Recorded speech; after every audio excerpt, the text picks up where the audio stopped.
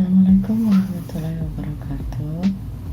Saudara, bertemu lagi dalam mata kuliah Bahasa Indonesia pertemuan kelima bersama saya Desi Aditya Damayanti.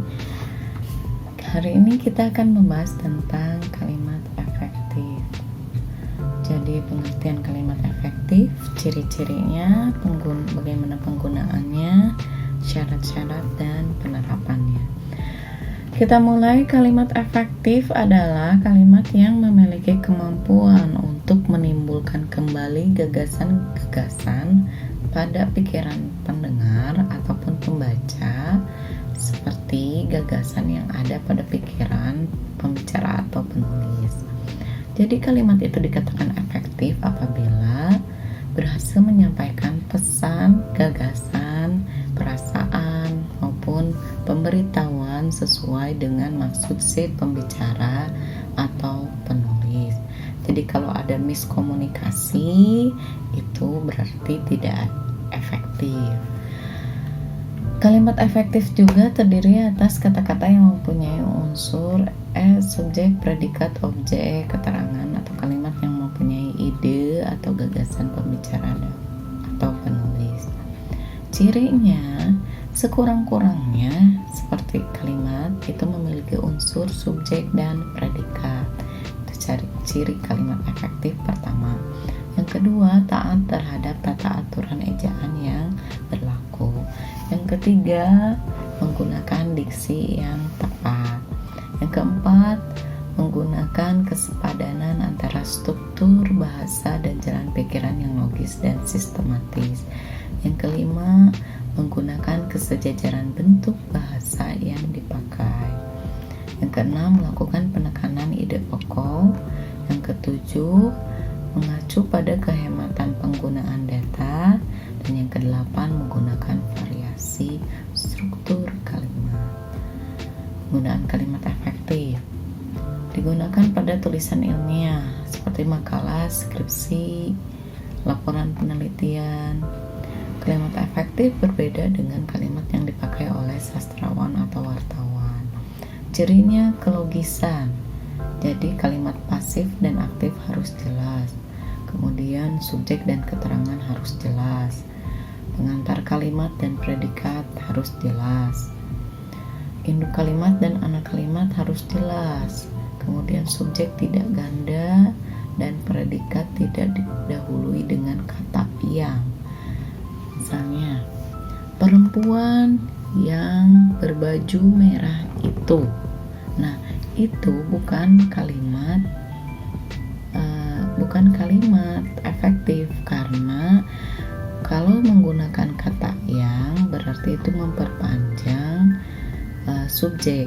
Jadi perempuan memakai baju merah berbeda dengan perempuan yang memakai baju merah itu.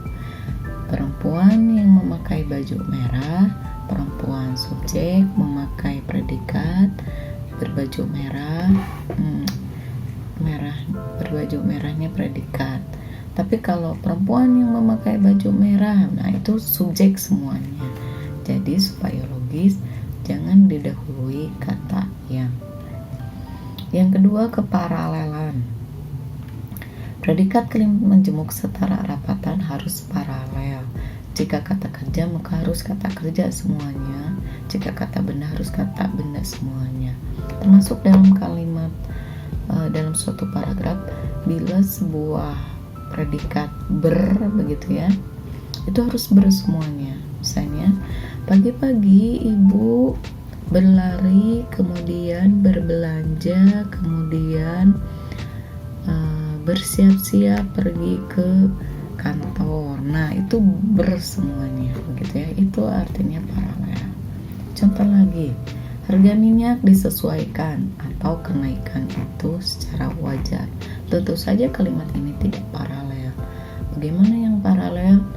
Harga minyak disesuaikan atau dinaikkan secara wajar. Jadi menggunakan kata imbuhan yang sama.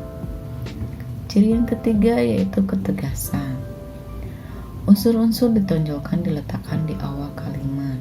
Presiden menegaskan agar kita selalu hidup disiplin. Nah, ini kalimat yang efektif. Bagaimana kalau yang tidak efektif? Kita selalu hidup disiplin. Kita harus selalu hidup disiplin. Presiden menegaskan. Tentu saja berbeda begitu ya ketegasannya.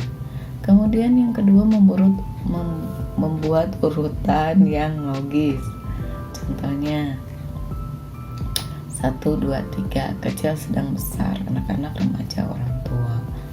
Contohnya penggemarnya tidak hanya anak-anak, tetapi juga remaja, orang tua, bahkan kakek-kakek. Yang keempat, kehematan. Kehematan adalah penggunaan kata-kata secara hemat tetapi tidak mengurangi makna atau mengubah informasi. Contohnya, menghilangkan pengulangan subjek yang sama pada anak kalimat, menghindarkan pemakaian superordinat pada hiponimi kata. Misalnya kalau kita mau menyebutkan di kebun itu banyak bunga, ada bunga mawar, ada bunga melati, ada bunga kamboja. Nah, itu adalah pemakaian superordinat pada hiponimi. Sudah saja di kebun banyak bunga, ada mawar, melati, kamboja, begitu ya. Tidak disebutkan lagi hiponiminya. Menghindarkan kesinoniman kata dalam kalimat. Agar supaya kehidupan berjalan damai. Nah, agar supaya itu adalah kesinoniman kata dalam kalimat. Yang kelima, ciri kalimat efektif itu adalah ketepatan. Jadi pemakaian diksi atau pilihan kata harus tepat. Pemakaian kata harus tepat, kata berpasangan harus sesuai, dan menghindari peniadaan preposisi. Kemudian kecermatan. Cermat adalah kalimat yang dihasilkan tidak menimbulkan tafsir ganda dan harus tepat diksinya. Prinsip kecermatan berarti cermat dan tepat menggunakan diksi. Agar tercapai kecermatan dan ketepatan diksi harus memperhatikan pernyataan seperti hindari penanggalan awalan, hindari peluluhan bunyi C, mencintai bukan menyintai, begitu ya. Hindari bunyi SPTK yang tidak luluh. Misalnya mensupport, itu kan S-nya itu apakah jadi menyupport atau mensupport. Itu harus betul begitu ya. Kemudian hindari pemakaian kata ambigu. Yang selanjutnya ada kepaduan. Jadi informasi yang disampaikan itu tidak terpecah-pecah. Kalimat tidak bertele-tele dan harus sistematis. Kalimat yang padu menggunakan pola aspek agen verbal atau aspek verbal action. Maksudnya subjek, predikat, objek gitu ya. Kemudian di antara predikat, kata kerja, dan objek penderita tidak disisipkan kata daripada atau tentang. Yang selanjutnya ada kesejajaran, keharmonisan, dan ada penerapan kalimat efektif. Bisa Anda baca sendiri ya. Ada pengulangan kata, bagaimana mengubah, misalnya pengulangan unsur kalimat. Pemuda itu segera mengubah rencananya setelah dia bertemu dengan pemimpin perusahaan. Ini diubah. Pemuda itu segera mengubah rencananya setelah bertemu dengan pemimpin perusahaan. Jadi tidak ada pengulangan unsur kalimat. Ada penggunaan hiponimi yang tadi saya jelaskan dan variasi-variasinya. Terima kasih atas perhatian saudara. Wabillahi taufiq wal hidayah. Wassalamualaikum warahmatullahi wabarakatuh.